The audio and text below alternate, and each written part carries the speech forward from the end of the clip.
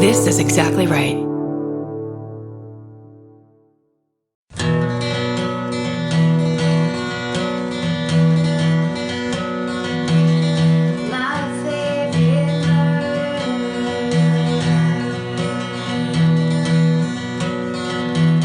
Hi, And welcome to Do You No What Our Favorite Murder Is.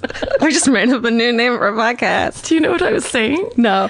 Do you need a ride? We can start over. Wrong Sorry. podcast. Sorry. No, leave it. I was going to say how it feels like it's been a while. It's been, oh no, sorry. That's quite a vacation. My favorite murder. Jesus Christ. Like, I haven't done that one in a while either. It's not Really? like I've been. I only have one podcast now, so if I had gotten it wrong, that would have been That would have been really hurtful. yeah. How is it just having your one podcast? I feel so free. And what's your next podcast going to be? Do you think? I'm just going to do something with more homework even. I'm just going to do something where all I do is homework. That's a good idea. Just quiet pencil on paper sounds. Just constant working. Like more of an ASMR. Yeah. I don't ever think I'm saying that right, but I have to actually do the work, so I have even less time to do anything. good idea. Yeah. Should you just go into some like math, like long division? Like where would you leave off in math? What would you like to get back to in math? I mean, I don't even know the basics. Addition? I can do that. You could do some basic addition. Yeah. I saw a really cool video about how, and from what I remember, it said people, I think in Japan, do multiplication of long numbers. Yeah. And it was like, it looked like they were making a tic-tac-toe box. Did you see that video? Yeah, and what drives me crazy about it is that it's that thing of like, people learn in different ways. We don't all have this one way of learning. I'm sorry, I'm mad at the public school system. Because they haven't adapted to anything modern? Because I didn't get it, and so then I was stupid instead of like that maybe I just needed to learn in a different way. Right. Like how to either A, a better teacher, B, Right. a better approach. Right, or better, I think nowadays they have a lot more, what's the word? Montessori shit? No, and I went to Montessori. I did too. Oh my God. It didn't work for you? I mean, work in what way? I learned how to wash my feet at the washing feet station. Ew, what? There was a washing feet station. Where were you? The Old West? I just remember like there was like the chalk station and the this station and that, and then there was like a bucket and you could go outside and wash your feet. That is so weird now that I'm talking about it. I didn't need to talk to my sister about this. This is in Irvine? Yeah. Did you have goats? No. Oh, was there any reason to have a bucket besides children's dirty feet? No. Was your teacher a germaphobe Probably. or a foot fetishist? I think she must have had an issue with dirty children's feet. Why were your shoes off? Don't know. School. Again, I'm figuring out right now that this is weird, and I want to text my sister and make sure I have this memory correct. I'm calling Janet Call Janet and ask her. right now. I told you how I was supposed to go to therapy with my mom. Yeah? Did I tell you that I gave her the wrong day? And she showed up like 2 days early. Was she pissed? No, it was fine. We ended up making up anyways. Well, that's good. Yeah. I mean, that's what counts. Yeah. Do you think that subconsciously you may have done that so you didn't have to do it? Definitely. Yeah. Don't you think? 100%. That's usually why I do stuff like that. And now it's so overt to me that I might as well just be like, I'm not going to be there probably. Hey, let's meet. I've done it to you 1,000 times, but that's not normally, I don't want to be there. Now I have to talk my way out of this. Yeah. But normally that's just, I can't get that fucking calendar on my phone to do the right thing. Right. I can't ever do it. Yeah. It's a tricky little fucker. It goes backwards in time. Have we talked about this? Mm-hmm. It makes me crazy. You had a recommendation, didn't you? Oh, yeah, Stephen pulled this email for us. Oh. In reference to vis-a-vis episode 100. Hey, y'all. Includes everyone and their goddamn animals. First off, love the show. Been listening since after episode 3. Went to the live show in Austin. Used to play poker with David Temple for 2 years. This is after he allegedly murdered his wife. Yep. Wow. I'm also obsessed with the yogurt shop murders. Anyway, so that's not even about what this is about. Okay. Karen said an asteroid came 3 miles from Oh, no. even just Say no more. Just don't even say anything else. It's so good. 3 miles. As you say that, I'm like, that's impossible. No. 3 miles? Here's the thing. And some people get very pissed off about this. We just fucking say whatever. We just say shit. We just say whatever and then clean up the mess after. Some people are very bothered by that. But man, that's funny. How far up is like the ozone? I don't know, but it's fucking more than 3 miles. 3 miles. And as you said it on the podcast, then I was like, okay, And then the minute that came out of your mouth, I was like, no, just now, but not, I don't question you until someone else questions you. That's my whole act is it's just very believable bullshit talking. And who am I to question? I mean, who are you of all people to question me, the Queen of Spain? Okay. I don't even know math. How am I going to know where 3 miles is? You and your dirty bucket feet. Never question me. Okay. Okay. No, go ahead. To this day, I can't go barefoot. You know I have a barefoot issue? Yeah, that's right. What did fucking Village Montessori do to me? What did they do to your feet? Who was on the bottom of that bucket? Who hurt my feet? Scrubbing your feet. Oh, ew. Ew. Sorry. Back to the asteroid. Okay. Anyway, Karen said an asteroid came 3 miles from hitting the Earth, but sorry. Asterisk pushes up nerd glasses, but it was a 3 mile wide asteroid that came 6.4 million miles close to hitting the Earth. I think that sounds more right. I'm going to go with her. Whatever she said. Does that sound better? I'm on her side. Quite. Oh, you're being sexist by assuming it's a female scientist. I'm being pro-sexist. That's right. Finally, proactive sexism. Quite a bit of a difference, but I get it. Live your sexy life like an asteroid is about to straight up murder us all. This would be great for Corrections Corner. You're so right about that. All the best and lots of love, Brian. That's rad. Brian the girl? No. He has he also has a second name in the middle that's also a boy's name. Okay. So I can confirm Brian is a boy. Well, I am not sexist, so I thought it was a woman. I thought it was my daughter. That is so goddamn funny. That is great. It felt right. Yeah. Is he mansplaining asteroids to us, though? Well, we need it. He's explaining. I'm sorry. I meant to say explaining. He's plain-splaining it to us. Explain it. Just apostrophe splaining. Straight up splaining. That's my new podcast. Where people splain shit to me. Oh, that's good. Straight up.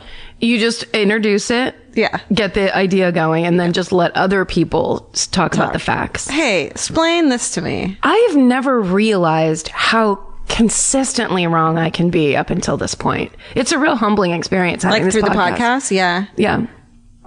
But I wonder, do you, in your daily life now, do you question yourself? Oh, every moment. As you're hypothesizing boldly? But I don't, I mean, like usually if somebody stands there and goes, no, actually that's not true, I'll go, oh, okay. Because at this point, I can't really argue it. Yeah. It's happened so many times. Yeah. I'll be like, oh, all right. You know. You don't go, are you sure? Oh, sometimes I'll do that. And sometimes I can like see it in my mind's eye of like, I can see the headline in my head. It says 3 miles away. But that's also my ADD from being on Twitter too much and reading articles. I just read 4 words in the headline of an article. Karen, I can't do Twitter anymore. Because it's just killing you. Is it driving you crazy? It's awful now. It's really, I just can't do it anymore. It's making me really depressed. It's very depressing. My problem is it's where all my friends are. Many of my friends that I talk to the most are there, as tragic as that is to say out loud. So maybe you just can have conversations, but I just like read shit. No, yeah, I try not to read that much. Okay. And when I do it inaccurately. Okay. Yeah. Well, I mean, listen, if it's working for you, look, I like it. Look and listen. If it's working for you. No, but I will say this for resolutions. I don't know if you're comfortable doing some resolutions right now. No, I dig it. But as we say this, Because part of why I think all that was just so funny to me is because I haven't really talked to another person in like 3 days, except for texties. I've just been sitting on my couch watching British people solve crime for like 72 straight hours. And I have to stop doing it. God bless you. I have to. Oh, is I that have to. driving you crazy? Yeah, I have to leave my house. I have to give the world a try. Like I have to do things. Here's the thing. You've already done that. Yes or no? True. It's failed you. It's been bad. B, It's failed you. B, you've been sick. Yes or no? Yes, very sick. C, you just spent like 2 weeks with family members constantly and friends. That's right. You're having a decompression. Okay, thank you. Thank you for walking me out of that darkness. Yeah. But you know what? My decompressions go on too long. Yeah. And then, and then I'm just in the weirdest, in just too weird of a place. But I would also say that I've been on a 6-year decompression that needs to wrap itself up relatively quickly. Can we start on Friday? Okay. Can we say Friday? Write Right. that down in your... How about Friday at 11 and then we have that phone call at 11:30? Right. Perfect. And then you have to... I actually had to hire or like have my old life coach come back. Yeah. Because I was fucking up hard. Like that? Yeah. Shit. And one of the things we talked about was just put some makeup on and leave the fucking house. There was one time I called you and you were in a cafe, and in my mind I was like, wow, she's got it all. Like, it was like a dream come true. It changes everything when you have like, to I put... never thought of it. Dude, it changes my fucking entire day. Yeah, I then gotta do it. oh my God, like today, I've left the house once in the past since New Year's Eve, since New Year's Day, and it was to eat oysters last night. And I don't think I've been around anyone but Vince, Yeah. who's basically the same person as me at this point. You guys are very similar. So we're like the same You're a real team. It's like being alone. A little bit. Yeah. I can see that. So we just talk about our cats, and point out things our cats are doing. It's pretty cool. But you're also very funny. I mean, I've been Me? He. We. together. Thank you. You're real witty. I really enjoy how you guys talk to each other so much. It's really delightful and fun. Thank you. Yeah. You're fun to travel with. Thank you. So are you. Yeah. Thanks. Yeah. That's nice. Goodbye. Oh, speaking of traveling, really quickly, 2 shows that are not sold out. We're about to do we're about to get into our fucking huge winter spring tour. And it's starting with Las Vegas on January 20th. There's a few tickets left.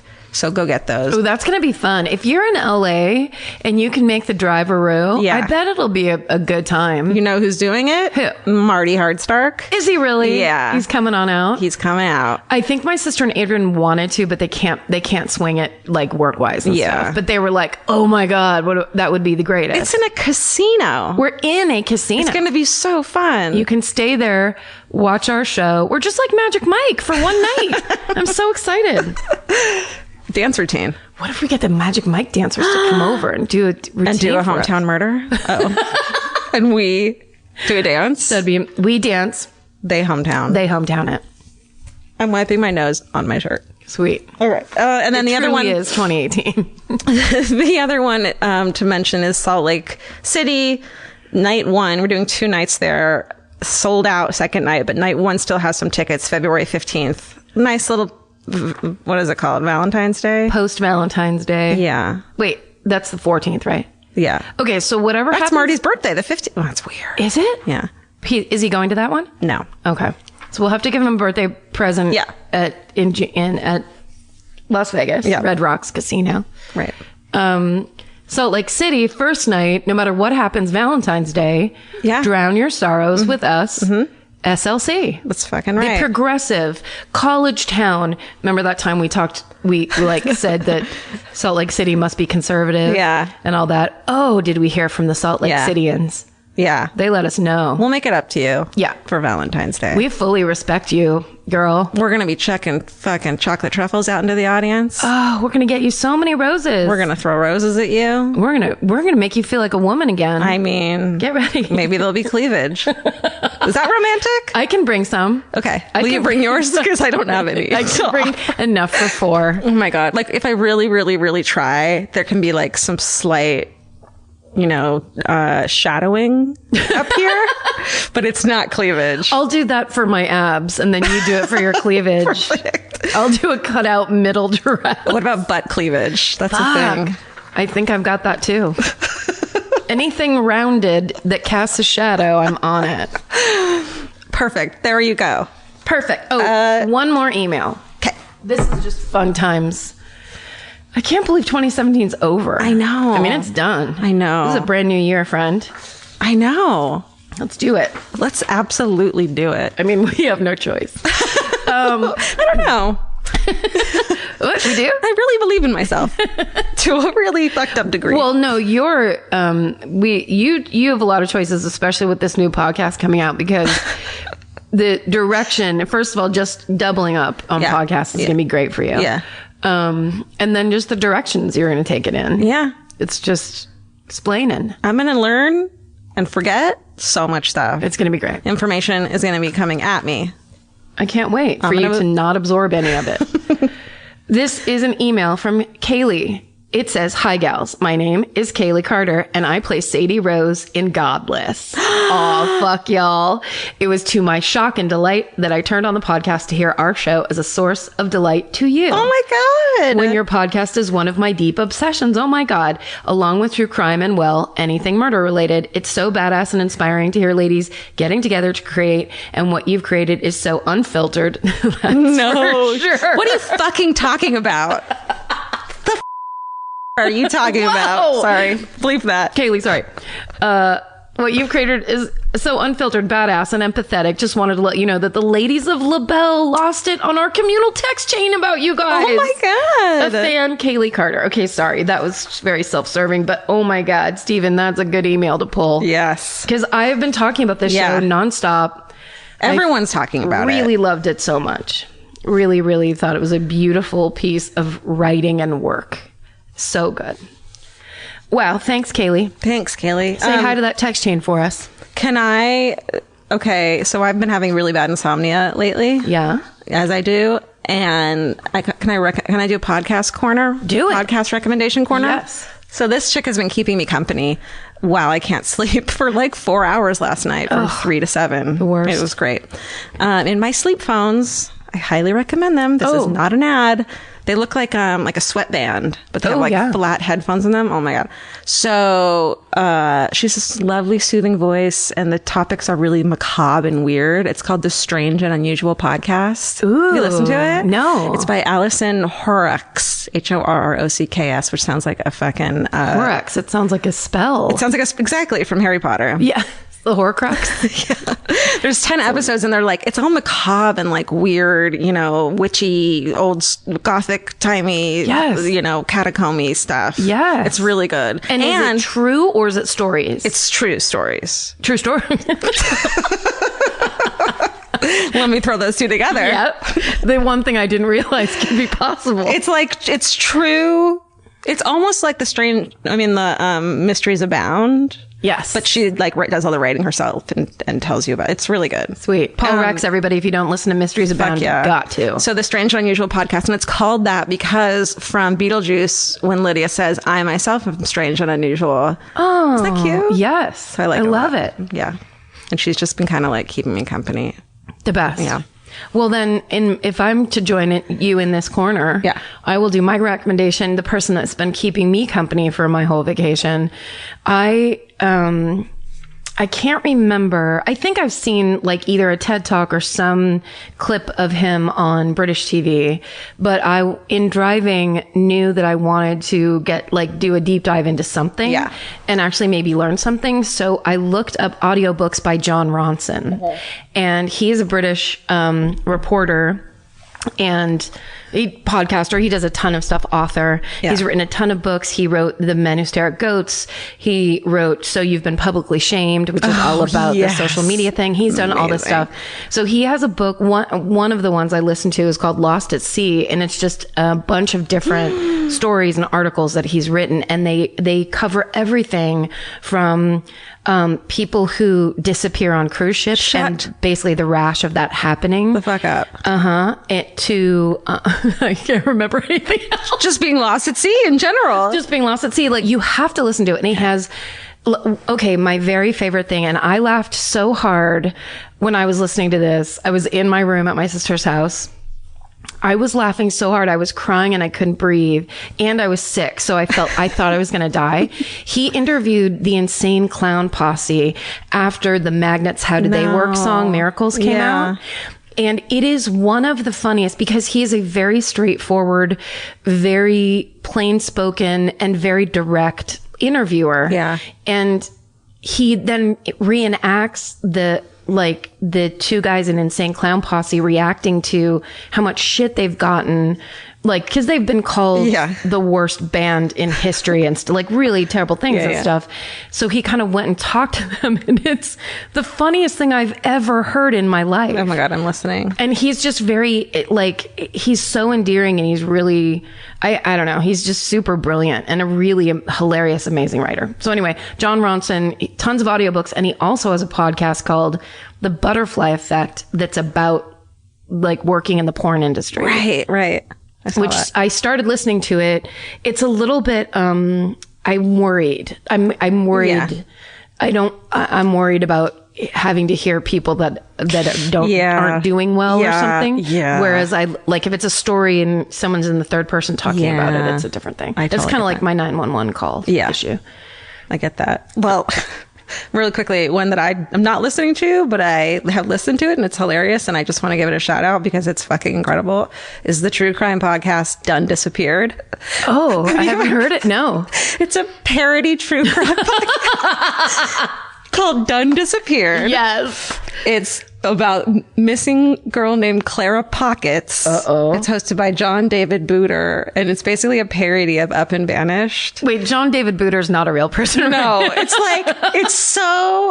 like this beautifully narrative podcast, like Someone Knows Something, let's say. Right. And it's done really well, and you hear the crunching of the gravel, and then he talks about these things that are really serious, but it's all bullshit and it's all fake, and it's like kind of corny and just amazing. So silly. It's so silly, and it made me really happy. Oh, that's great. Yeah. That's awesome. Done Disappear. I mean, that's so funny. It's like, it is so popular these days that like you can, it's like the American Vandal. Yeah, exactly. Which, has been nominated for, I think, a Writers Guild Award. Yeah. That's so cool. Yeah. It's just like that. Yeah. Where it's like, this is a really well done documentary. It's just about an absurd thing that's not real. It's the same thing. Yeah. That's awesome. Yeah. I love it. I love it too. All right. I mean, I wonder who goes first. I mean, whatever happened was in the past. It's 2018 and it's episode 102, which sucks that it's not 101 because we put up a live episode. Oh, live. That's right. Because we're on vacation. But I know, but that was 2017 too. Right? Yeah. Yeah. So we can do whatever we want. We can do whatever we want. And the last one, technically, that we recorded here, we did together. Right. So it's a real clean slate. Clean slate, blank. Everything is everything. From here to eternity. What if we make Steven pick one of us to go first? Oh no. Pressure's on. Wait, what if we make Steven? No, I don't know. Let's pick mustache hairs, and whoever gets your mustache hair. Yeah. You can throw the clown doll. Whichever one, heads or tails. Whoever slaps it away hard enough. Okay, Steven, who goes first? I'm closing my eyes. I don't know why that matters. Say a number. 10. Okay. What day is your birthday? 8th. What's yours? 11th. What does that mean? Mine's closer. So do you want to go first? Do you want me to go first? It's the perfect system. Okay, how about... Well, I was going to say, since you got it, then you get a pick who goes first. Oh, shit. Oh, really? So you're putting it on me? Karen. Nobody wants this part of the job. That's why we gave it to you. Okay, well, mine is long and gruesome. What's yours? I don't think it's that long. Okay, I can go first. Okay. Yeah. Okay. Good job, Steven. Steven, you've done it again. Oh, no. With America's #1 meal kit, HelloFresh, you'll get easy, seasonal recipes and pre-measured ingredients delivered right to your door. All you have to do is cook and enjoy. HelloFresh makes cooking delicious meals at home a reality. From step-by-step recipes to pre-measured ingredients, you'll have everything you need to get a wow-worthy dinner on the table in about 30 minutes. Say goodbye to endless grocery store trips and takeout. HelloFresh has you covered. There's something for everyone, from family recipes to calorie smart and vegetarian, and fun menu series like Hall of Fame and craft burgers. HelloFresh has more 5-star recipes than any other meal kit, so you'll know you're getting something incredible. HelloFresh is flexible and it fits your lifestyle. Easily change your delivery days, food preferences, and skip a week whenever you need. Break out of your dinner rut and make deliciousness part of every week with HelloFresh.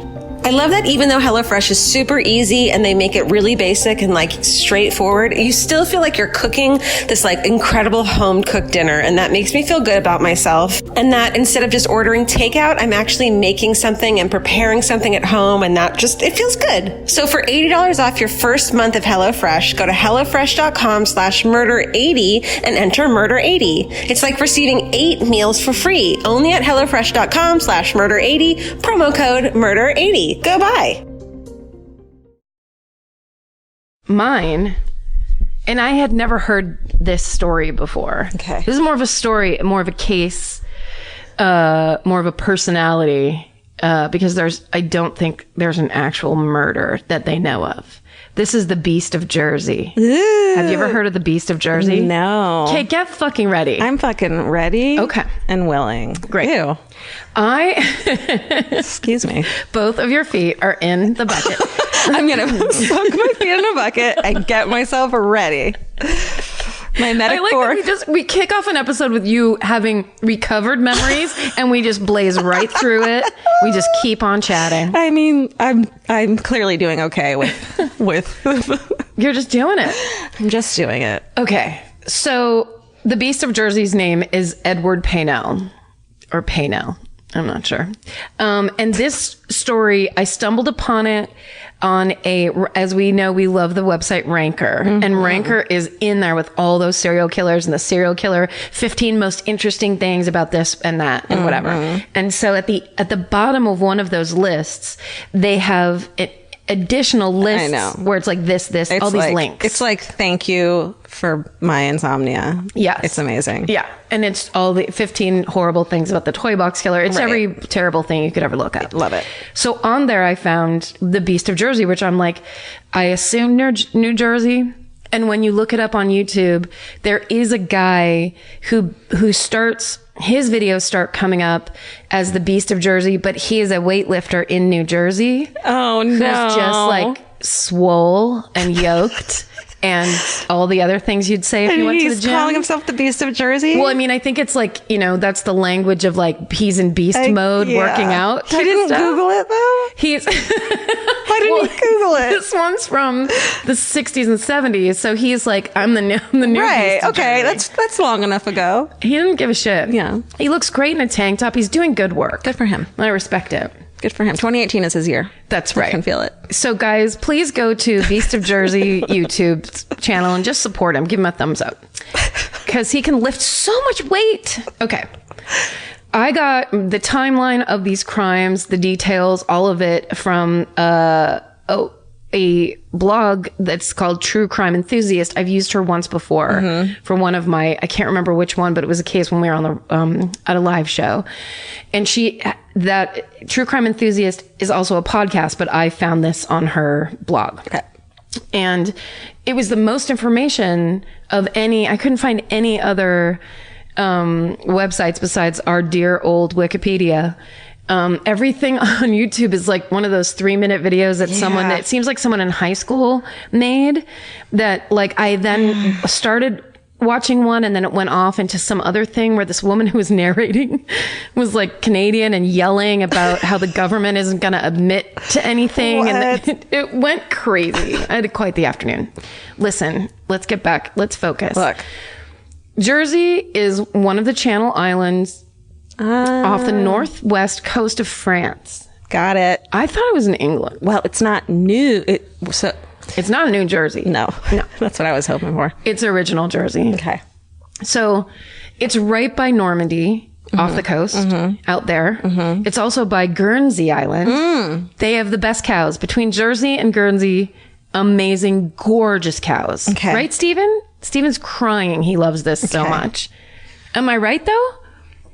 I don't know anything about cows. Yes, you do. I think the Guernseys are red and the Jerseys are the black and white. Are you being serious right now? Yes. Because you grew up in a town with a lot of cows. Yes. That's why you know that. I didn't know if they were just making up facts about a town. No. Jersey and Guernsey cows are like really high end. Listen, explain something to me. Okay. That's it, about cows. Oh. Just if you want a high quality cow, you're going to need a small island off the coast of France. I'll take it. That's where they're all from. Okay. On Google Maps, Jersey has a 4.9 star review out of 43. Why are you reviewing fucking islands? This is me trying to scrape together information about Jersey in a way that can inform me. I was like, is it rich people? It seems like it's a very well-to-do people. They have a lot of great agriculture, obviously award-winning cows, really small. And although it is not a part of the United Kingdom, English is the language that's the main language spoken there. They use the pound. They drive on the left. They love soccer. The national anthem is God Save the Queen. But they are an independent parliamentary democracy. So don't fucking say that they're British, because they're not. Okay. And in 2014, there were 100,000 people living there. So it's not a big place. Okay. But in November of 1957, a reign of terror began on this island that is so fucking crazy. And it went on for 10 years. And so it starts like this. A 29-year-old nurse is waiting for a bus. Now, when all of this gets explained, they break it up by like counties and parishes and stuff. But since it's all meaningless, I just figured we'll just do it. It's all happening on an island that's, I think, 49 miles wide. Great. It's a setting. Yes.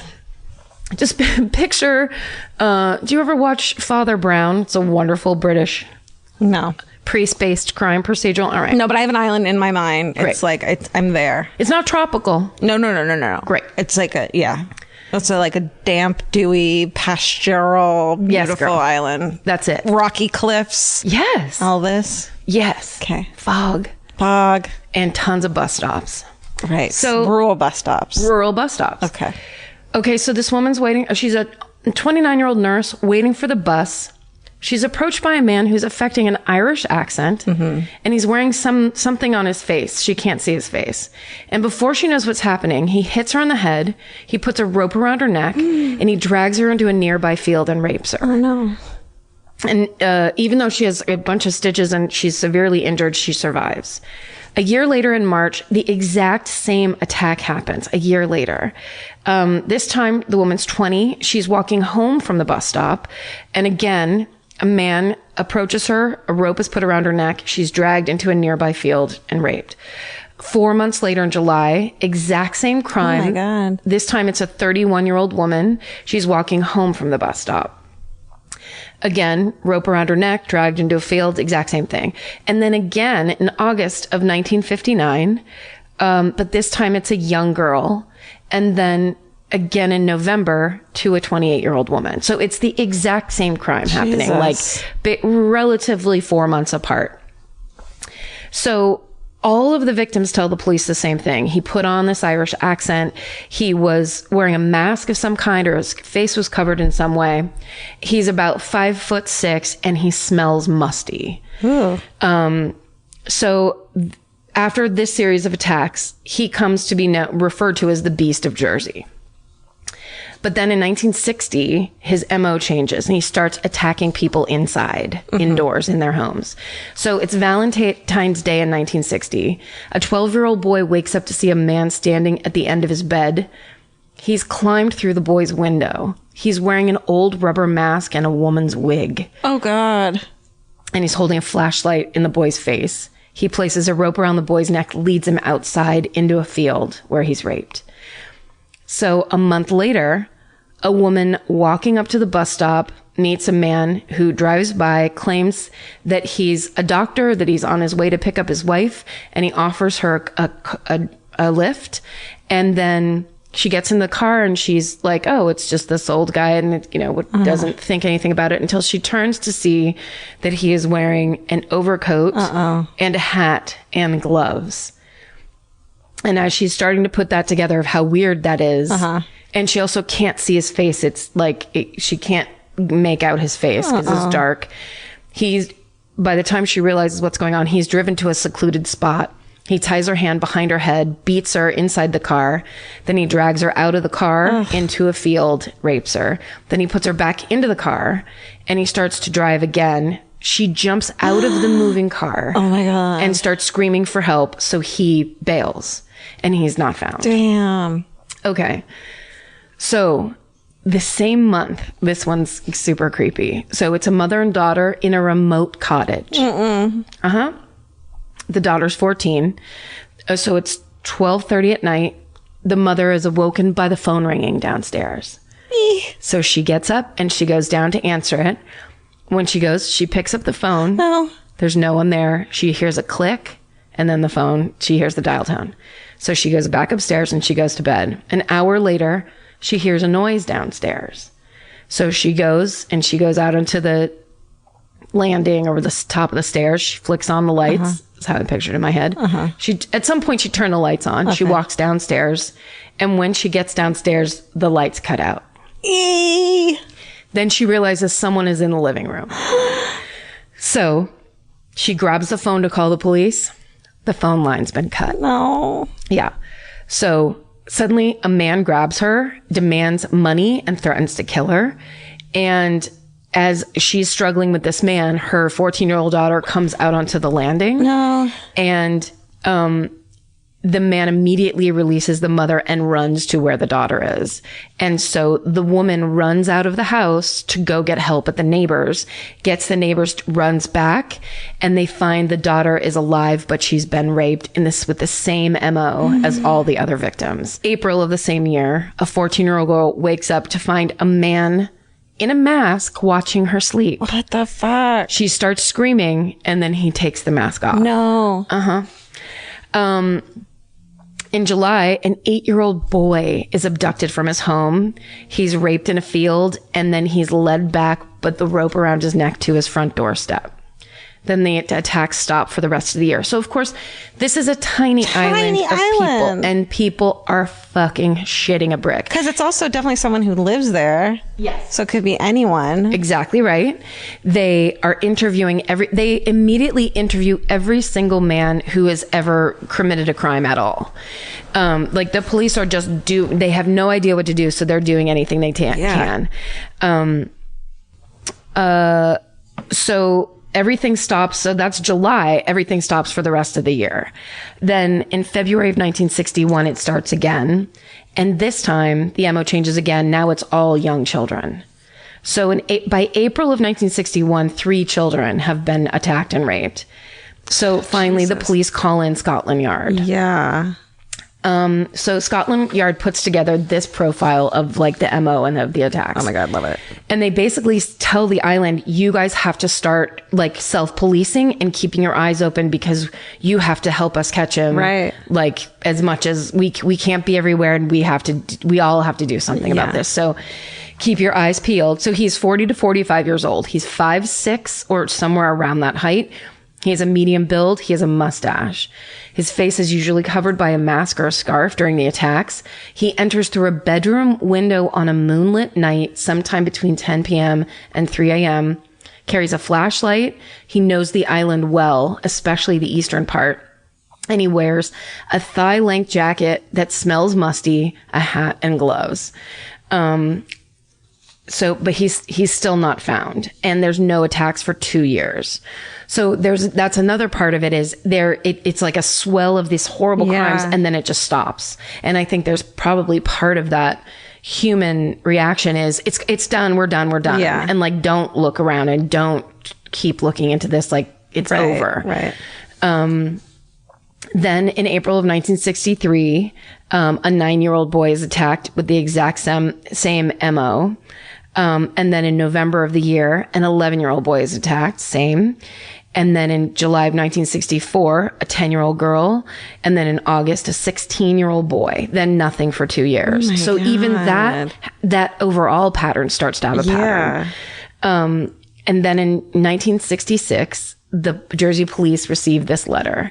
My dear sir, I think that that it is just the time to tell you that you are wasting your time, as every time I have done what I always intended to do. And remember, it will not stop at this, but I will be fair to you and give you a chance. I've never had much out of this life, but I intend to get everything I can now. I've always wanted to do the perfect crime.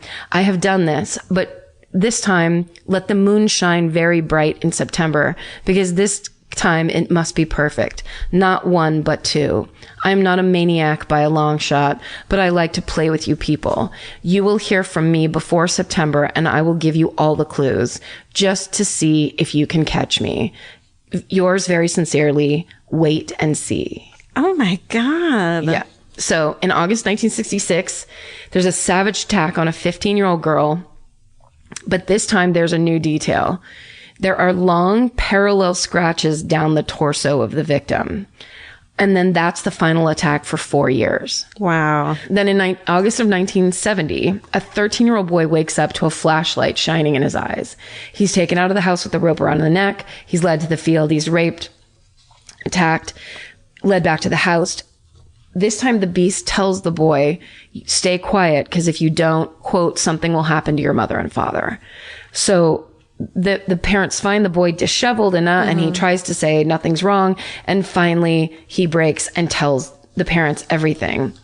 And when he's taken to the hospital or inspected by police, I'm not sure which one, but they basically on the boy, they find the same long parallel scratches that they found on the girl from 1966.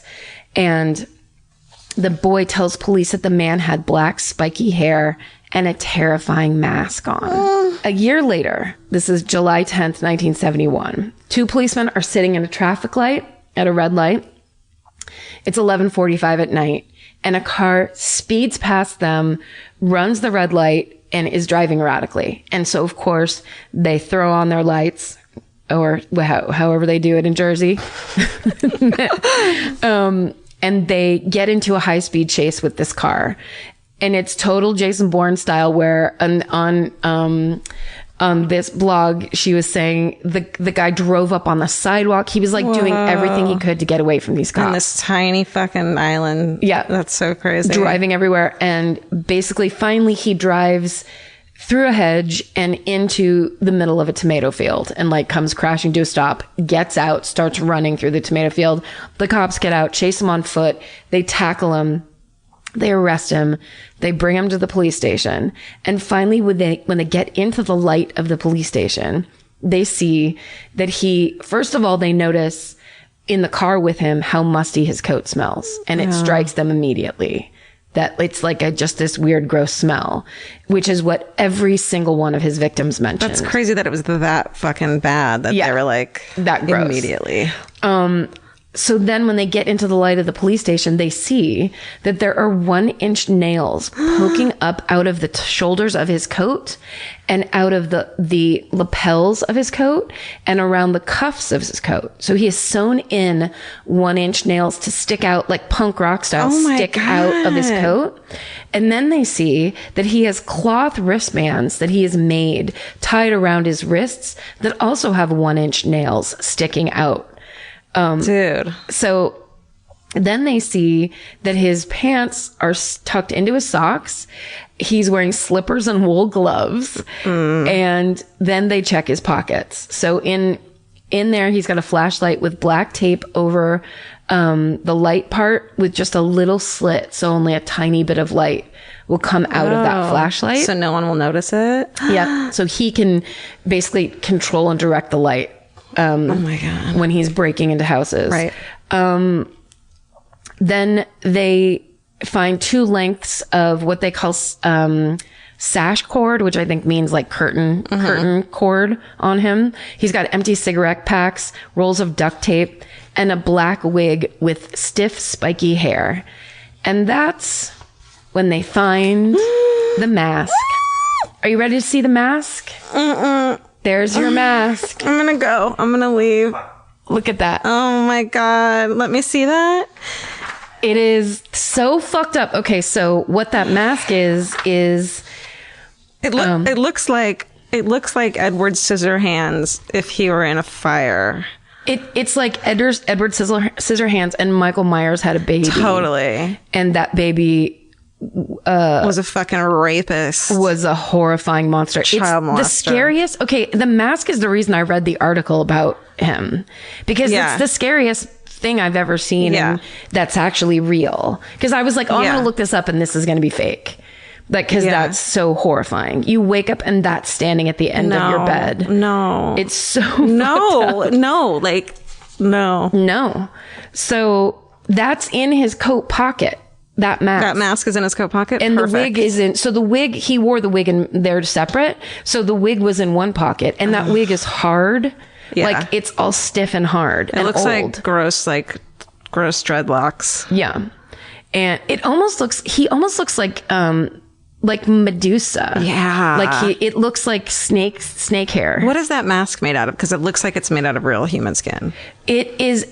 I think it is an old rubber mask. Oh my God. So he was just... It was like pre-Halloween, the scariest mask of all time. Okay, so sorry. I got so excited to show you that picture. I left the page halfway through. Actually, okay. I'm going to turn this upside down. Because it's so awful. I don't want to stare at it. It's not cool at all. Oh my God, that's terrifying. Those poor people. I know. So it turns out that this man, the Beast of Jersey, is Edward Paynell. He's a 46-year-old contractor from a wealthy family. What? He has a wife named Joan. He has a daughter and 2 stepchildren. What? He is well respected throughout the island. And he's very, kind of prominent. There's a real not Ted Bundy, John Wayne Gacy parallel. Because he and his wife first met when he worked as a handyman at the foster home that her mother ran called La Preference. And he would often visit to hand out candy and during the holidays dress up like Father Christmas. No. No. The children knew him as Uncle Ted. Yes, of course they did. Yeah. Of course, the police investigate. They find out that Joan and Ted's marriage is not a happy one, and that in fact, they're basically man and wife in name only, that he has built himself basically an annex off of the house. So he has an office and like living quarters and this whole thing that's separate from the house, so he can come and go as he pleases. And his wife says, you know, he keeps odd hours because he's a big fisherman and he likes to go on long walks at night. So he's, he's up and out of the house at all hours, and it's how he's been for years. Oh God. Yeah. So, I wonder if she suspected him ever and just like didn't ever want to say anything, or couldn't accept it, or. I mean, you would think with the marriage being so unhappy that he moves, he builds himself a new part of the house to live in, that something bad was happening. But there's a video of Joan that I saw. Yeah. Because there's an actual old, what looks like BBC footage or whatever. Yeah. And someone's interviewing her and she just looks like, no, the man I know would never hurt a child. And she seems like she means what she says. Of course. But then who knows? Because there were lots of abuse allegations at this foster home and at other. So there's another part of this, but basically all these abuse allegations at different foster homes on the island of Jersey. And against him specifically? No, against these people. It's super crazy. What? That's part of the black hole I fell into, which is watching these videos from other victims of who lived at these other, I think they call them home care. Yeah. But it's basically one is this one is obviously a foster home, a big foster, an orphanage essentially. But another one, the worst one, or from what the stories I saw, was, of course, it was a Catholic, send your babies here if you're having them out of wedlock and we'll raise them for you because you're not allowed to have children. Meanwhile, they beat the living shit out of them and rape and molest them, and all this horrible stuff is happening there. And they have the real people who lived there talking about being woken up in the middle of the night by the people that work there and led down into these cellars. And it was so bad that the police started investigating And they found shackles. They dug up these cellars and found shackles along one wall. And they found all these bones, children's bones there. Like, it's crazy, terrible. It ended up leading to an investigation called Operation Rectangle, and it recorded a total of 553 alleged offenses with 151 named offenders and 192 victims on this island, where in 2014 100,000 people lived. Yeah. So insanity, like something super fucked up was happening. Yeah. Oh, that's so dark, and that top of the lake. Type of thing, where it's like, oh, you don't know the secrets that go on in these. Yes. And apparently that kind of like privacy and all that is a real big deal there, of course. And part of the reason people live there, but then that breeds this kind of like nobody talking about anything and nobody knowing about anything. You can kind of hide in plain sight as like a fucking creep. And the underrepresented and the marginalized that gets sent to some horrible home somewhere. Yeah. Then it suddenly becomes so anyway. Basically, they go to his house with to look into his house, and they find the quote that she said was, "He's the most loving, caring man who would never hurt a child." Joan. Okay. So when the police questioned him about why he was driving so crazy, he told them that he was on his way to an orgy, and that's why he was dressed so oddly, because he didn't want anyone to recognize him on the way to the orgy, because of course everyone would know where he was going in his car. Right. He explained away the nails sticking out of his clothing, that he wanted to be prepared in case anyone attacked him with martial arts. That's what he told the police. Oh, I do that too. It's always good to be ready with a series of nails. Nail jewelry. Yeah.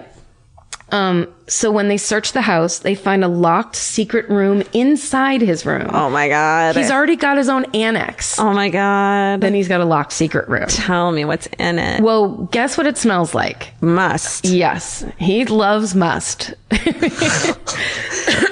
Febreze that shit? I mean, it's like one of the fucking clues. I mean, apparently this whole room smelled like the jacket. Oh my God. And inside the room, they find an old blue tracksuit. They find an old raincoat, homemade wigs, which for some reason I find bone chilling. Yeah. And false eyebrows, which is also very creepy. Yeah. So he was clearly playing with his appearance constantly. Yeah. So even if they said, "Oh, I was also at that bus stop and I saw that woman," but whatever description they would give would never be accurate. Yeah. Which was his plan. And what they start to realize is he had these plans set in place for years. Yeah. Because they found a camera hanging on a hook, and then they found photos of houses from around the island. No.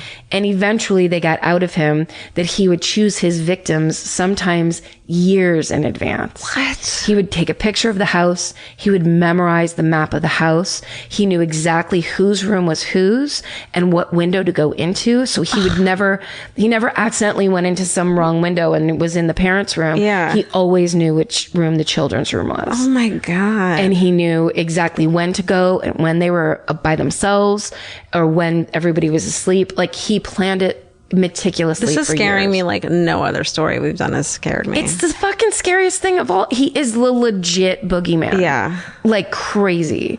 And then basically the nails for real were if somebody caught him, tried to grab his hand, tried to grab his shoulder, he would get away. Oh my God. Like, he had all these things planned to make sure he never got caught. And that's why it happened for so long. What a psycho. Then they also found what they called in the blog I was reading, she refers to it as black magic and things related to black magic. But in another article I read, they were like a full-on altar to Satan in his barn behind a red velvet curtain, which that was not mentioned in any way in this blog, which I trust her. She's so thoroughly researched. Yeah, that's a little David Lynchy. It's a little, where'd he get a red curtain and how come no one noticed a red curtain in a barn? Yeah. I mean, it's always possible and it would be very striking. and effective for black magic uses. You're like, I'm in the middle of a field filled with gorgeous cows. I turn around. Here's this curtain out of nowhere.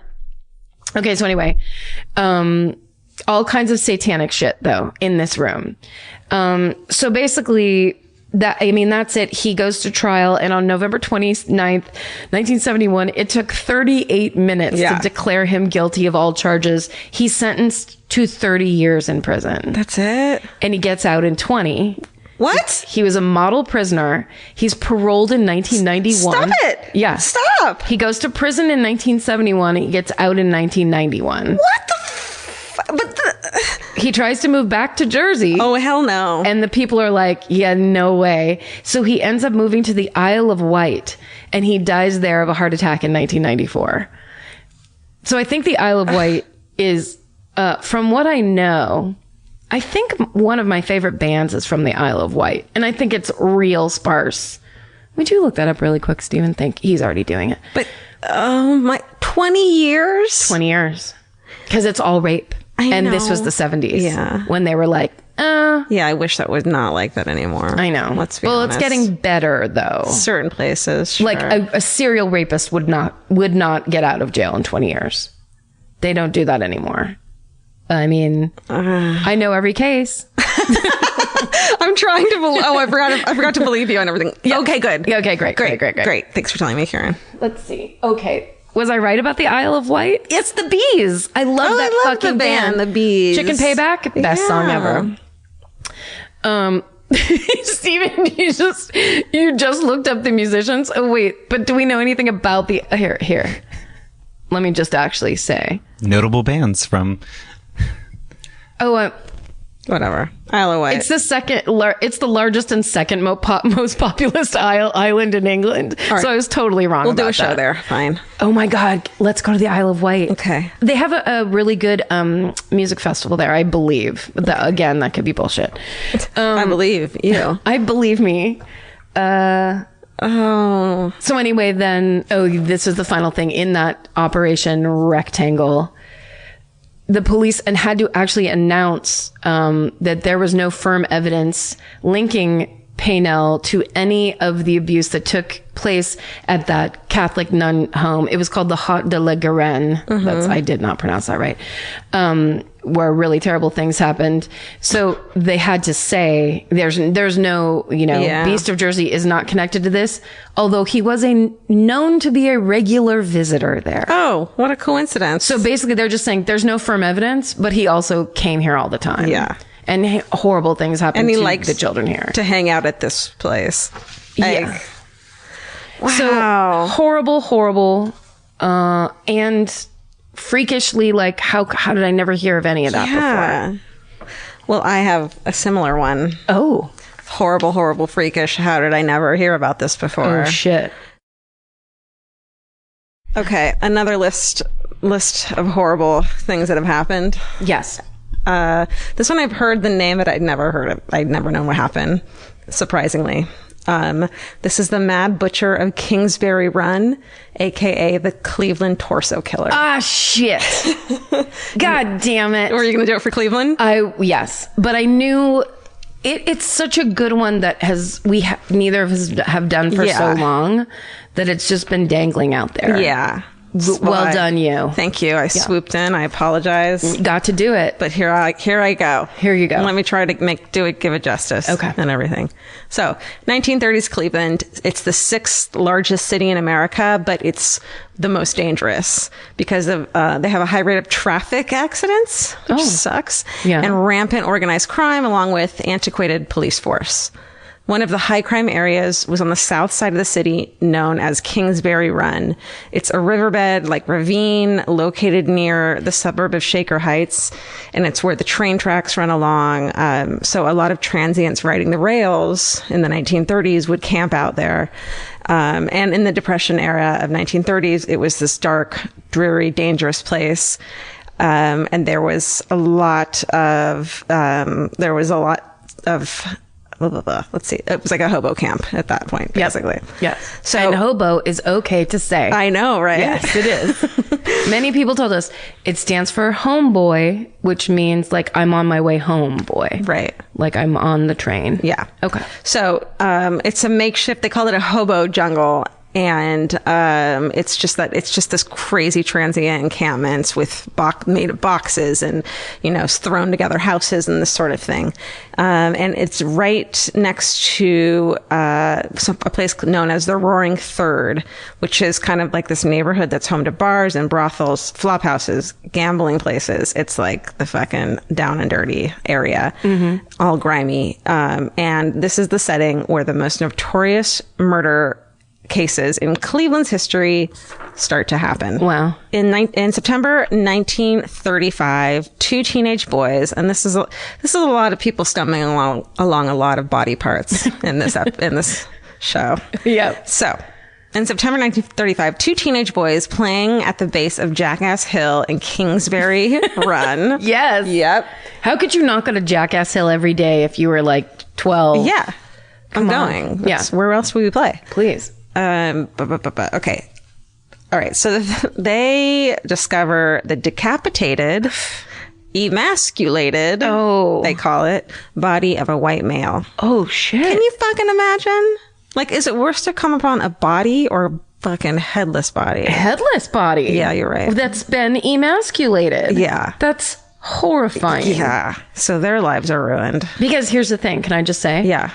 If you come upon a body, you don't know what happened. Any Right. number of things could have happened. Right. You come upon a headless, emasculated body, you immediately know someone did that to that Someone person. Like headless and emasculated him. someone did it intentionally. Jesus Christ. Unless it's the worst car accident of all time, which it isn't. Okay, the body is naked except for a pair of socks. And I know. the worst. I know. Cleaned and drained of blood. And the cause of death is the decapitation. Yeah. Which is horrifying. But sorry, cleaned and drained of blood like Black Dahlia style? Mm-hmm. Oh. Mm? Oh. Wait. Uh-huh. So the area is being searched by the police. They get there. They're like probably talking those kids down from freaking the fuck out. Oh my God. And around 30 feet away, another male corpse is found. This body, in the same position, and the head and genitals also had been removed. The body appeared to be a 40-year-old male covered with a chemical preservative and appeared to have been dead for at least a couple of weeks before being dumped after becoming too decayed, almost as if someone had tried to preserve the body wherever he wasn't working, got rid of the body. Super creepy that we can hear a train right now. Fucking riding those rails. Scared me. I know. Right? Can you hear that, Steven? The Mad Butcher at Kingsbury Run is on that train right now, for all we know. Wow, there hasn't been a train gone by here in over 25 years. Okay, close to the bodies, though, they find both heads as well as both sets of genitals. They discarded them as though they had just been thrown away. No blood is found on the ground or on the bodies, and so they had been cleaned somewhere else. Ugh. Yeah. The younger man, the first body that was found, had been dead for about 3 days, and his fingerprints were able to lead him to who he was. He was Edward Andrassy. He's a 28-year-old guy who, minor police record for carrying a concealed weapon. He lived near Kingsbury Run. He was kind of a rough and tumble dude. He had a reputation for being a drunk and frequently getting into fights.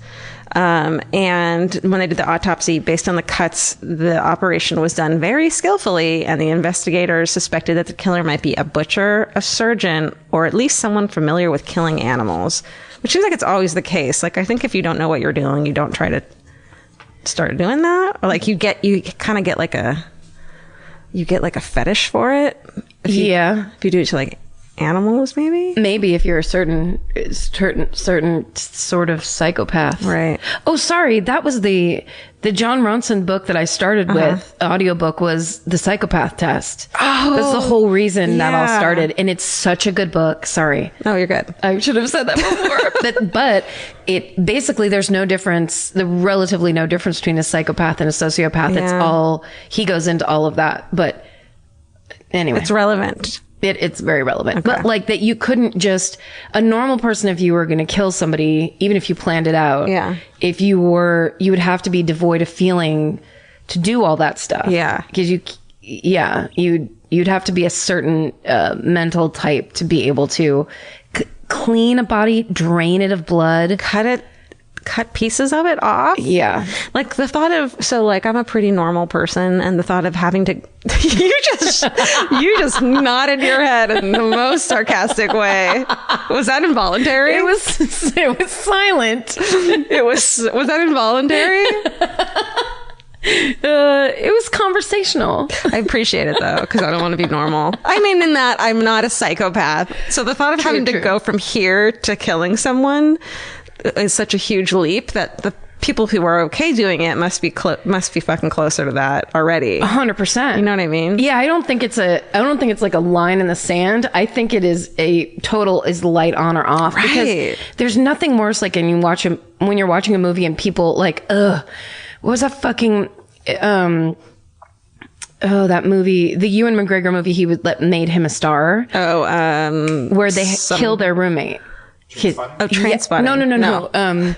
It was the one where it was the three roommates. They decide to kill the fourth roommate, or maybe they don't kill him, but he's dead, and they cut up his body. And it basically having to watch people who aren't like that have to do something that horrible is I hate any movie like that. Yeah. I mean, it's a good movie, but it's so stressful. Okay. Because then you just picture you would have to do that. Well, did you watch second season of Search Party? No, I haven't watched it yet. It's so good. They're all just dealing with, I'm not going to spoil it, but they're dealing with the ramifications of the first. And what's her name? Aaliyah Shawkat. She is so good. She's such a great actress. She's a great actress. And this whole season of her just having stress over what they did. It's amazing. It's really hard to watch. I bet that's very so good. Stressful. Oh, it's Shallow Grave. Sorry. Oh, okay, never seen it. Okay. It's a good movie, but so stressful in that way where it's just like they do it for money, but like when you entertain that idea, where you'd be like, what would it take for you to cut up a human body? Yeah. I just don't, there isn't an amount of money. I don't think so for me either. I'd rather go to jail. Because it would PTSD you into infinity. Totally. Okay. Totally. The older man, the second body, is impossible to identify. And that's a fucking theme. Most of these bodies that are found are never identified. They hope that would be easy to find the killer because the guy who they could identify, Edward, was, had this trail through sleazy bars and gambling places. And he's known to be a procurer of young girls for prostitution and also admitted to have male lovers. So it was like, it's going to be one of these people from this area of the He was a gay pimp in Cleveland? Yeah. He's from the Roaring Third. They're like, it's going to be someone here in Kingsbury Run. Easy. Yeah. But they follow lead after lead, and they can't find any really good suspects. And the investigation leads nowhere. So the press starts calling the killer the Mad Butcher of Kingsbury Run, which is like such a cool fucking name. Yeah, it's really good. So a couple months later, in January of 1936, a woman discovers 2 half-bushel baskets left alongside a manufacturing building in the city. Inside the baskets and neatly wrapped in newspaper, she finds about half the body of a female. Whoa. The rest of her body is found about 10 days later in a vacant lot nearby. I mean, people are stumbling upon nightmare after nightmare. Also, if it was wrapped, it said it was wrapped in newspaper. Yeah. So she unwrapped it and be like, what's in here? She's like, this could be a stack of money. Yeah. That's totally what I would be like. Look at this stained, wet money. I can't wait to unwrap it and spend it. Fuck. No. So fuck. Also, because it's like you're saying depression era. Yeah. Like, she's like, is this fucking food? Maybe this is food. I'm starving. Let this be. How about some nice dishes? Nope. How about a nightmare for the rest of your life? Oh, God. Some nice dishes from the 5 and dime. Okay. The cause of death, again, is decapitation. Fingerprints identified the body as Florence Polillo, or Flo. She's this fucking, like... Flo Polillo. Flo Polillo. She's this, like, salty fucking older woman. There's, like, a good photo of her online. She's a waitress, a barmaid, and a sex worker. She clearly doesn't give a fuck. Carries a shank in her purse, like, obviously. She's doing it. She's getting hurt. She's stacking that paper. Until she got decapitated. Ugh. At the time of her death, she lived right on the edge of the Roaring Third, and her head is never found. Whoa. Okay. In June of 1936 in Kingsbury Run, 2 young boys are fucking out doing stuff, and they find the head of a white male wrapped in a pair of trousers. What? Fuck. Those poor kids. Police found the body of the 20-some-year-old man the next day. So they found the head, then they found the body the next day, dumped in front of a police building. Whoa. Cleaned and drained of blood. Everything's intact except for the head, again, caused by decapitation. Which is like, if we're going to really talk about it, I don't want to. That's the fucking one of the worst ways to die. He died of decapitation. Yeah, but it's fast, isn't it? Yeah, you gotta hope. What if it's like for 20 minutes you're alive in your head? That's why worse. But that's why you want someone who's actually good at, who's like, is a butcher or a surgeon. Yeah, you don't want someone hacking away at your neck. No. You want a nice guillotine style. Boom. Make it quick. What was that? I didn't feel anything. Lord Jesus, is that you? Yeah. Or whoever your Lord might be. Yeah. I'll take anyone at that point. Yeah. Just get me out of here. Yeah. A plaster reproduction. Okay, this is crazy. A plaster reproduction of the man's head, because they couldn't identify him, along with diagrams of his tattooed, are displayed so the public can try to identify him. And it's this creepy, like, plaster mask. It's so gross. That's the one thing I do remember about this. Like, all the details are very fuzzy until you say them, but though I can see those masks. Yeah. There's a lot of them, and you actually can see them. In Cleveland, we should go when at the Cleveland Police Museum, they have a bunch of them. Yes. We're going. Yes. Yeah. 2 ticks. I thought you were going to pull that out. I did that. He's called the Tattooed Man, and he's never identified. Oh. So in July 1936, while walking through the woods near the west side, a teenage girl comes across the decapitated remains of a white male in his 40s. The victim had been dead about 2 months, and his head, as well as a pile of bloody clothing, was found nearby. Ugh. Like, who is doing this? Also, 2 months? That thing. Yeah. Did she not, from 50 paces, this something smells terrible? But probably back then, everything smelled bad. Oh, true. You know? True. This was back when you had to put deodorant on. It was in a pot, and you had to put it on like cream deodorant. Have you ever seen that? No, and you didn't probably shower a lot, right? Yeah, and you just slapped on some cream deodorant. Yeah, no. Gross. Ugh. By hand. No. Mm-hmm. So this time, though, there's an enormous quantity of blood, so they're like, he must have been killed there. In the forest? Yeah, in the woods. Then in September 1936, so 2 months later, a transient trips over the upper half of a man's torso while trying to hop on a train in Kingsbury Run. Oh. Did he get on that train? I don't know. I hope so. He is trying to catch a train and he trips, and that's what it is. Oh. Insult, injury. Police send a diver into a nearby swimming hole, like sewer area, and find the lower half of the torso and parts of both of his legs. I hope that diver was compensated handsomely. Because also it's a swimming hole, so it'd be all murky. It's really probably a gross place. It's more feeling around than diving with your eyes. Yeah. Okay, this victim, who's the number 6 victim, is in his late 20s, cause of death, decapitation. Coroner notes that the head had been cut off with one bold, clean stroke, which indicated strong, competent killer, very familiar with the human anatomy, and that the victim died instantly. So that's good. Thank God. Identifications never made. Because, you know, this is the time back then where it's all these transients trying to get jobs. They're riding the rails from city to city, trying to not be in the cold, freezing cold winter, trying to make a little bit of money anywhere they can. So it's just this huge transient population. Yeah. So and it seems like the killer, you know, used that to his advantage, because if they can't identify the victims, they can't track who they spoke to, who they were friends with. Yeah, clearly it was a decision that was being made. Exactly. Of who to pick. Exactly. So, plaster casts again are made, and some with actual hair from the victims. No. On the plaster cast. Not necessary. No, we get it. Brown hair? Yeah, that's thanks. all you Just need. type that on a card. Mm-hmm. So, this makes 6 brutal killings in 1 year, and the police had no clues or suspects. The press reported almost daily on this. Everyone's freaking the fuck out. Yeah, the they are. officials are super desperate and embarrassed, and everyone's like, what is happening? Everyone's like, watch where you walk. Don't walk anywhere. Tripping over bodies has become a big thing here. Yeah, it's all the rage. Around this time, around the time that these started, Elliot Ness, who's the legendary prohibition agent, we all know Elliot Ness. It's Kevin Costner. Am I right? I remember watching The Untouchables when I was a kid, and I shouldn't have. Yeah, that's not a kid movie. No, I will really. never forget. And I will never forget. There's the scene where he takes a baseball bat and bashes someone's head in. Yeah. I haven't seen the movie since I was a kid, and yet I still remember that scene very well. Yeah. It really fucked me up. He was the good guy, right? Yeah. Yeah, I don't know why that was. Anyways, Elliot Ness.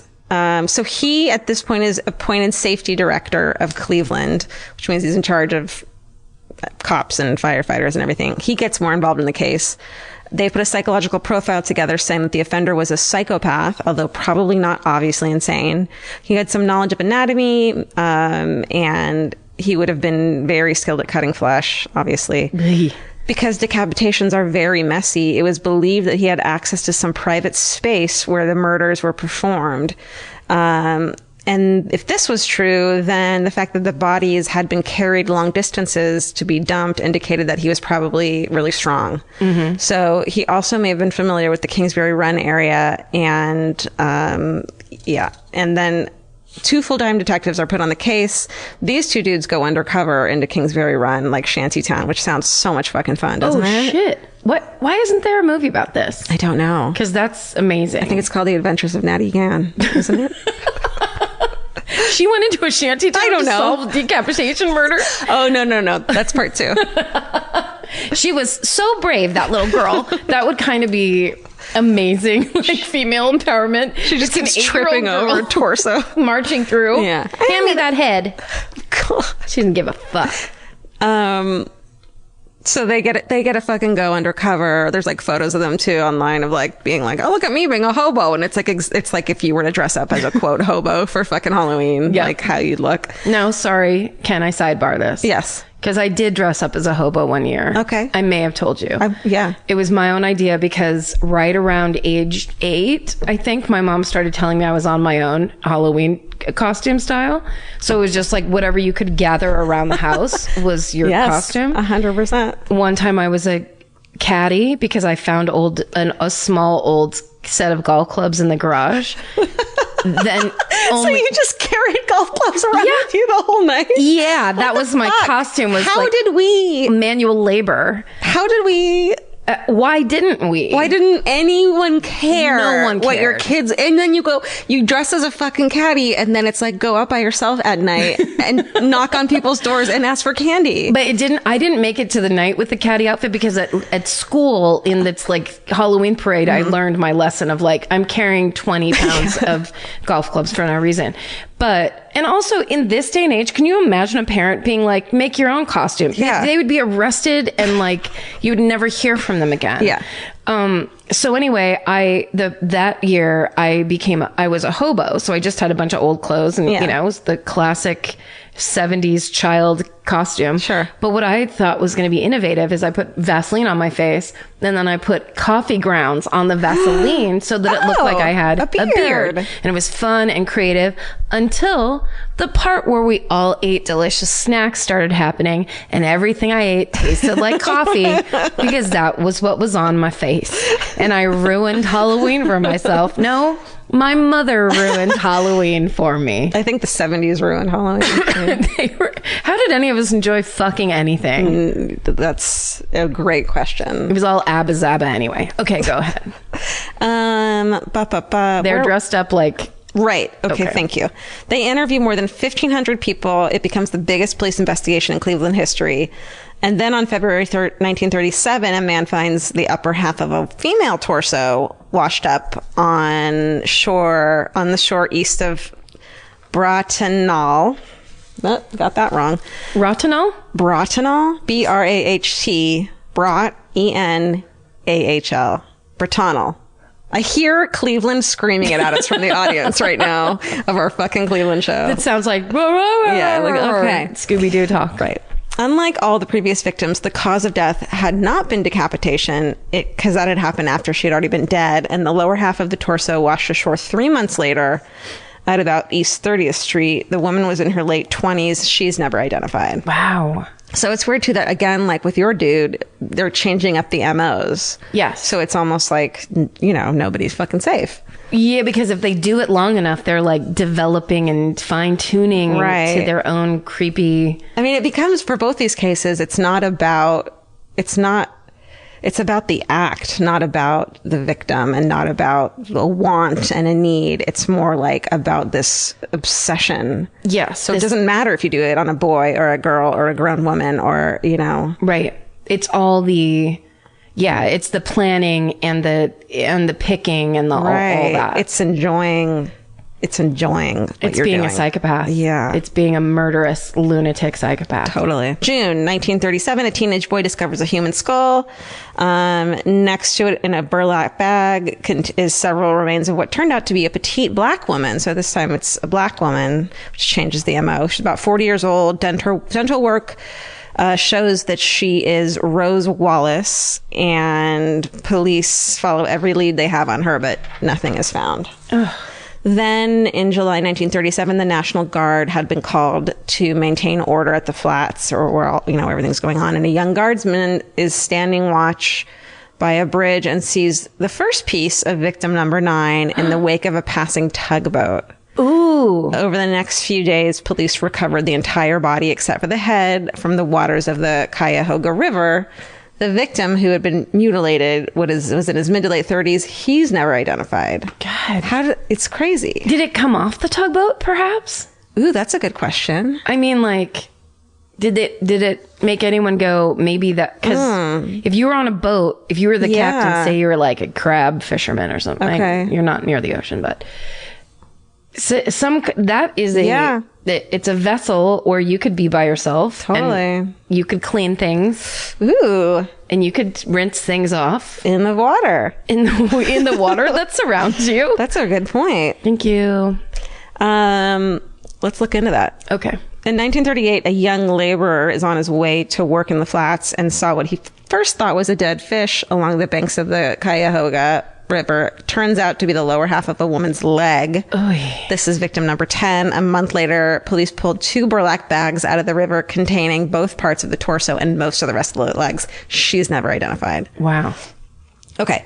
Then in August 1938, 3 scrap collectors foraging in a dump site, which were like, don't do that in Cleveland right now, guys. Guys, this is the time where you maybe get into writing. Right. Maybe go internal. Yeah. Don't do any kind of garbage-based activities. No, exactly. They find the torso of a woman wrapped in a man's double-breasted blue blazer, then wrapped again in an old quilt.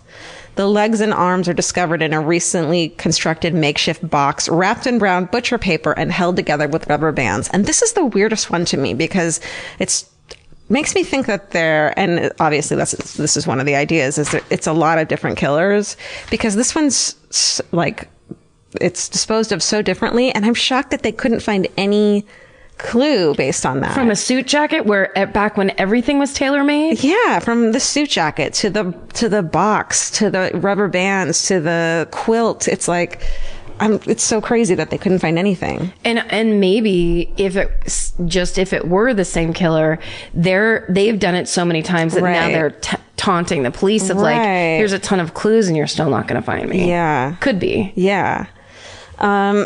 So, okay. Yeah, because there's a big difference between a burlap sack and a blazer. Yeah, it's very weird. And it's like it's hidden more than it was, and it was in a dump site, so it was like it wasn't left out to be found. So I bet this one is like the husband made to look like, oh yeah, it's one of the victims. Oh yeah, of the torso killer. Smart, don't you think? And it says that some of the parts looked like they had been refrigerated. While searching for more pieces, the police discovered the remains of a second body only yards away. Never mind. So, maybe that was her lover. Maybe. Here we go. These 2 bodies had been placed in a location that was in plain view from Elliot Ness's office window. Whoa. So, yeah. Toying with him? Well, also, his office was close to a dump site. Yeah. Like the dumps? Yeah. Essentially? Yeah. Wow. I wonder if... theories. What? Well, maybe it was like, let's say it was the husband who killed the the wife and the lover and wanted them to get found because he wants the insurance money, but they're going to just assume that it was killed by the torso killer, so it wasn't like he murdered them. Right.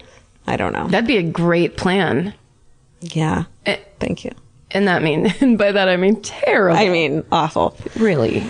So, August 18th, 1938, at 12:40 a.m., Elliot Ness and a group of 35 police officers and detectives raid the hobo jungles of the Kingsbury Run. They arrest 63 men there, and they search the shanties that are now deserted, looking for clues. But you can't decapitate and emasculate a body in a shanty. Mm-hmm. So they just go after the poorest, unrepresented people. Well, they think because all these bodies seem to be of transients that it must be one of their own doing it. All right. But yeah, they're not going to do it in the shanty. There's very little privacy in the shanty town. Mm-hmm. That's true. From my experience. That's a country song, I think. I need time to myself in the shanty town. And then they set the shacks on fire and burn the whole fucking shanty town to the ground. Yeah. That's what the fucking Cleveland people said, too. What the fuck? Non-solution. Non-solution. The press are really pissed off about it, too. They criticize Ness for his actions. But the murders did stop after this happened. Oh. Maybe. Okay. In July 1939, they bring in their suspect, 52-year-old Bohemian bricklayer Frank Dolezal. Oh, like Rachel Dolezal? Mm-hmm. The woman who posed to be black? How did she spell it? Dolezal? I think. Yes. That's off. That was off right off the top of my head. Dolezal. Well, what a rich history that family has had. I mean, so he's arrested because he had lived with Flo, our friend Flo, and it was the body that was found in the baskets. He had lived with her for a while, and it revealed that he had been acquainted with the two other identified bodies, Edward Andersey and Rose Wallace. Oh. So after a ton of questioning and getting beat the fuck up by investigators, he confesses that he had stabbed her, killed her in self-defense. But he didn't know any of the case details, and he kept getting bruises and injuries from his time in custody with the Cleveland police. And within a month, in custody, he's found dead in his cell. Oh no! It said he hung himself with his bed sheets.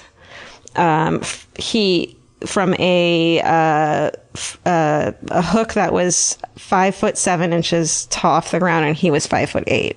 No. So that math doesn't add up. And when medical records show he had broken ribs and bruises all over his body that were not there before he entered prison. Yeah. So not fucking, I'm just telling you the information I read, not saying anything. That's really good call.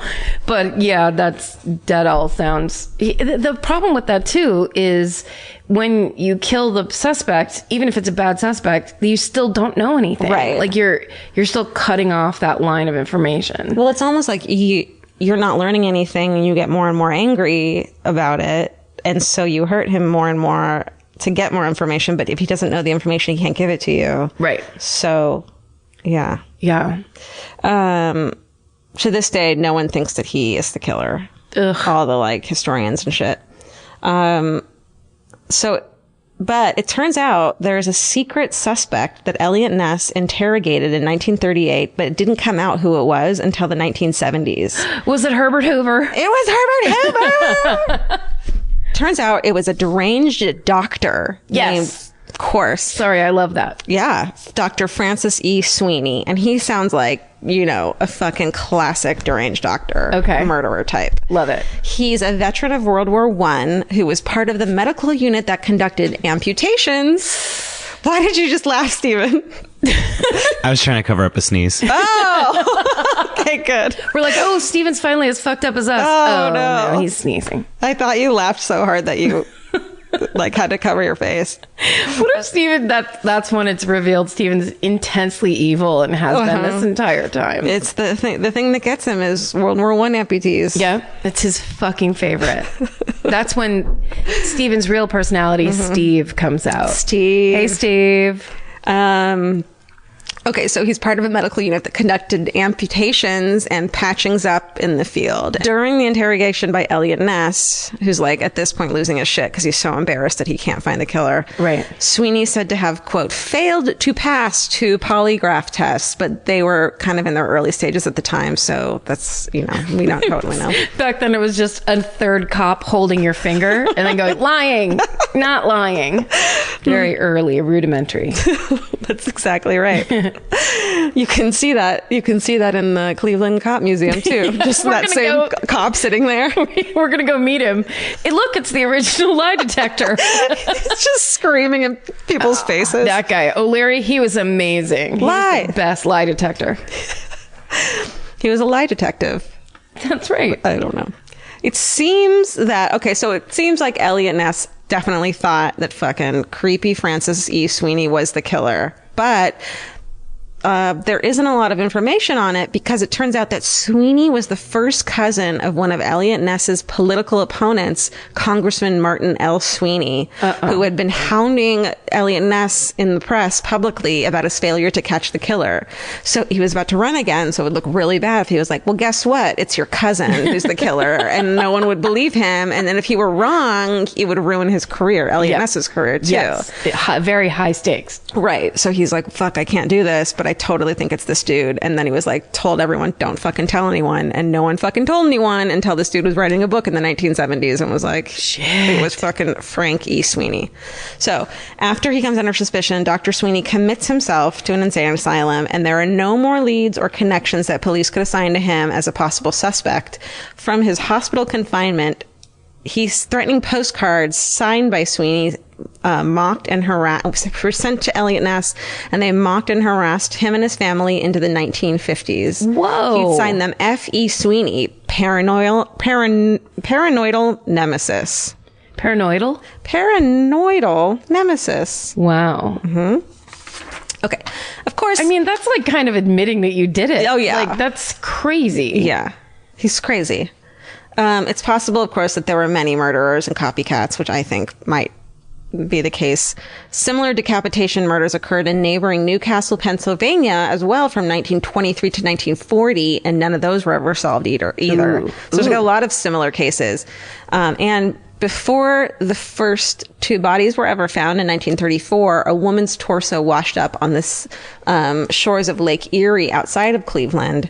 The victim's flesh had also had the chemicals on it that looked like it had been trying to embalm her. And they called her the Lady of the Lake. But it wasn't until later that they made the connection that they could have been the same killer. Oh, wow.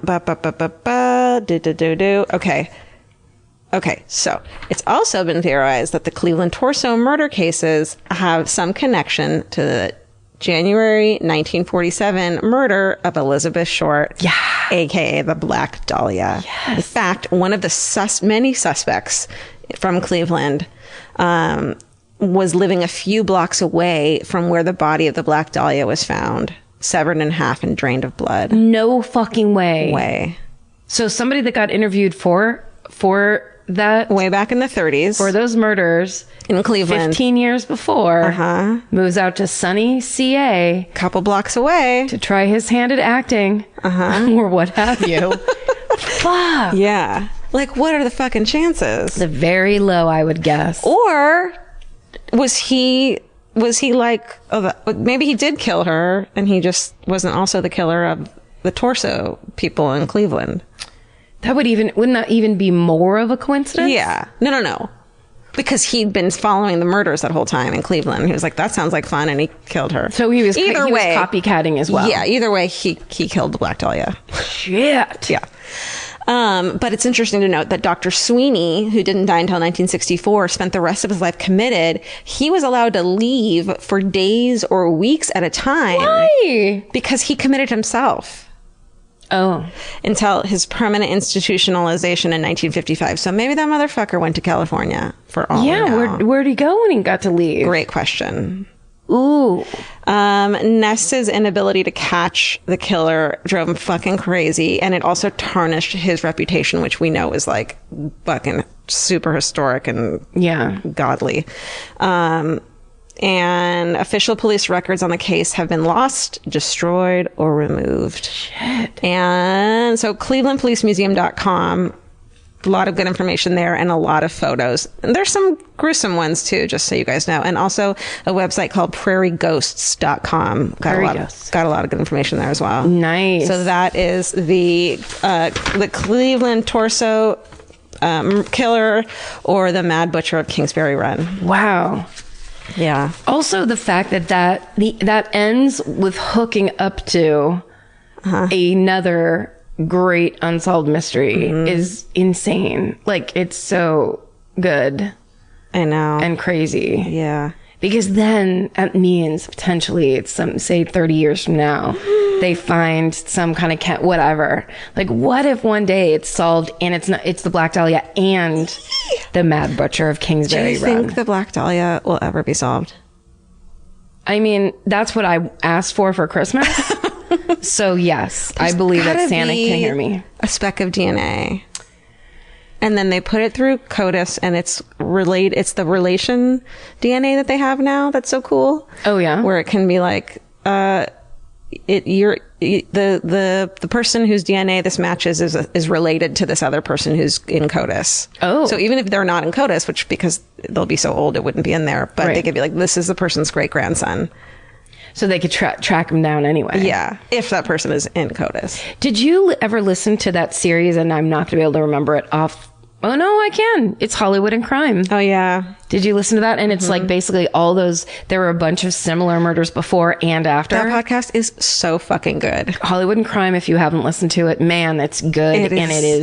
It wades right into all this the Black Dahlia territory. The Black Dahlia thing it's so much bigger than you thought. Yeah. And it's a great podcast. Yeah, it tells all these stories. It tells it so well. It's like it's reenactments. I feel like I recognize some of the actors that are playing like the cops and stuff. Yeah. There's some really good voice acting in it. Yeah, It's listen great. to it from the beginning because it's episodic. It's not. Yeah. And you need to know because there's all these, it's all connected. It's amazing. So good. That was great. Thank you. Cleveland. We'll see you soon. We'll see you soon. We'll see you soon. Okay. All right. Good job, us. Good job, us. That was really fun. 2018. 2018. Let's do it. More haunted trains in the background of 2018. I can't ever move from here or else we're not going to have a haunted train. No, it's the best.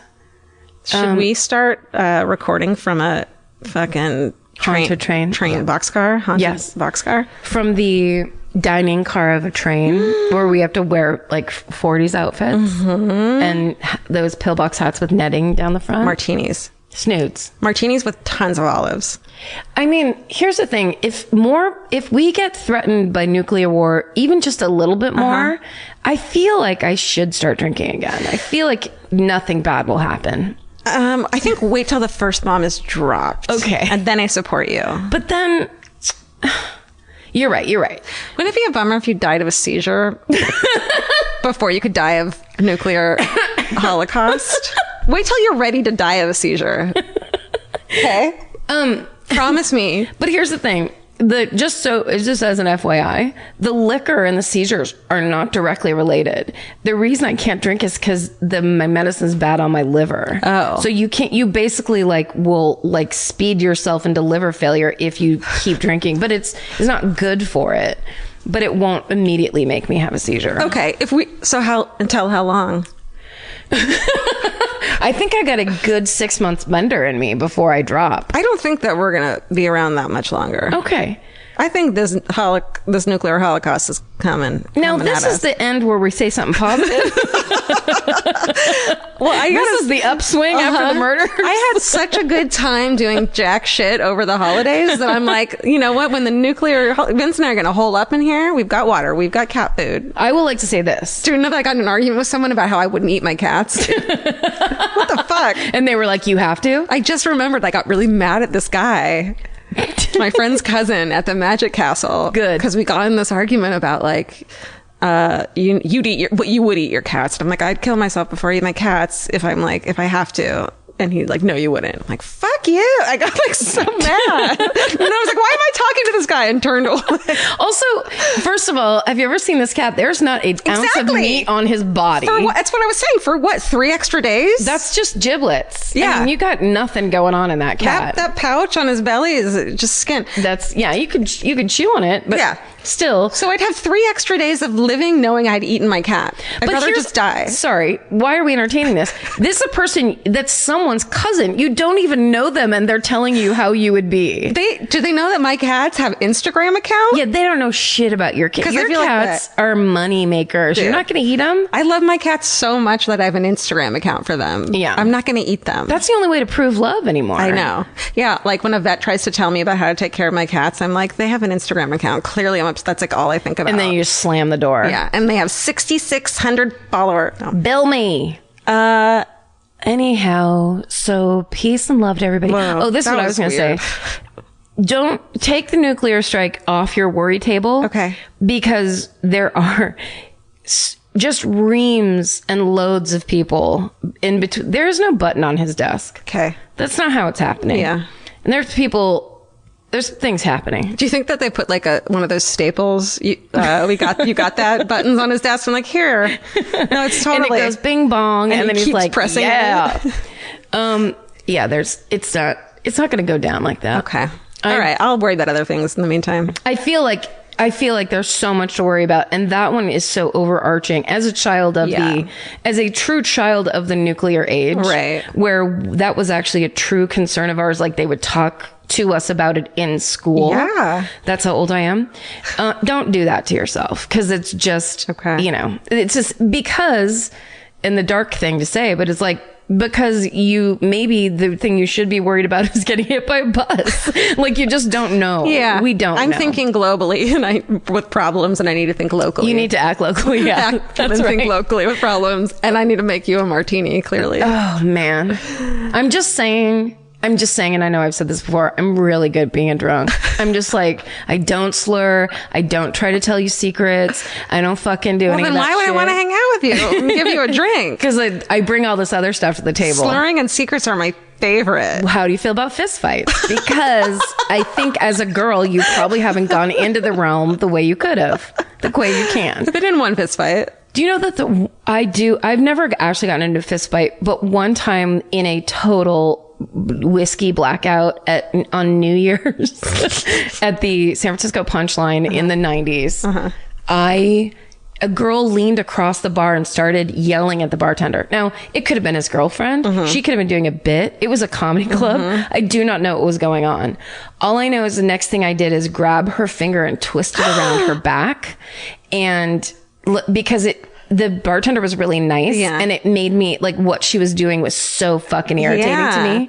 And then the next thing I knew, there was a big circle of people standing way back from me, and the girl was crying and going, "Why did you do that?" And then I was like, "Uh-oh, what did I do?" I had no idea what I did. Oh my God. And then my friend like basically had to usher me out because I was like, "Wait, what happened?" And I didn't know that I'd finger assaulted her. You're not getting a drink. I'm sorry.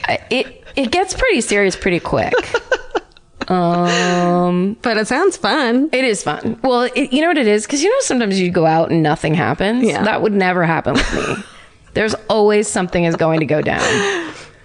Oh, man. All right. Last day on the planet. Yeah. Meet me here. Great. With a bottle of...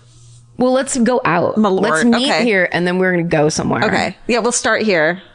And Vince is like the funniest drunk. He's the greatest. Yeah. And he'd probably be able to keep me in line. Yeah. I would Steven, you're our designated driver. Perfect. No. Steven, you're going to do last day Uber. And it'll be a van so we pick people up. Yeah. So that sounds fun. Stay sober. And in the meantime, I'll start doing some research about one of those weird hidden bunkers with that holds 500 people. We'll figure out where there is one that a man's been working on for years. We'll go have a rave. Since the 80s. And we'll just collect up drugs. We'll get people who have good drugs, good liquor, good personalities, and we'll all go into a mountain. Lots of dogs. Dogs would be fun, but then there's cats. He can go in like a backpack or something. Okay. All right. All right, great. That's my happy thought. Perfect. I feel like we just did that. Yeah, I mean, I think we covered that. There's lots to be stressed about these days, but also don't forget in your stress, then also just start making up a fun plan. Okay. To kind of counteract your stress. I think it relieves tension. Something to look forward to. For sure. Okay. I like it. Okay. Thanks for listening, you guys. Welcome to 2018. Guys, we're so happy to be in this year with you. Yeah. We're going to do it. We're going to make this year count. We are. So stay sexy. And don't get murdered. Bye. Bye. Elvis, you want cookie? Whoa. That was a good one. He's right there. He's so ready.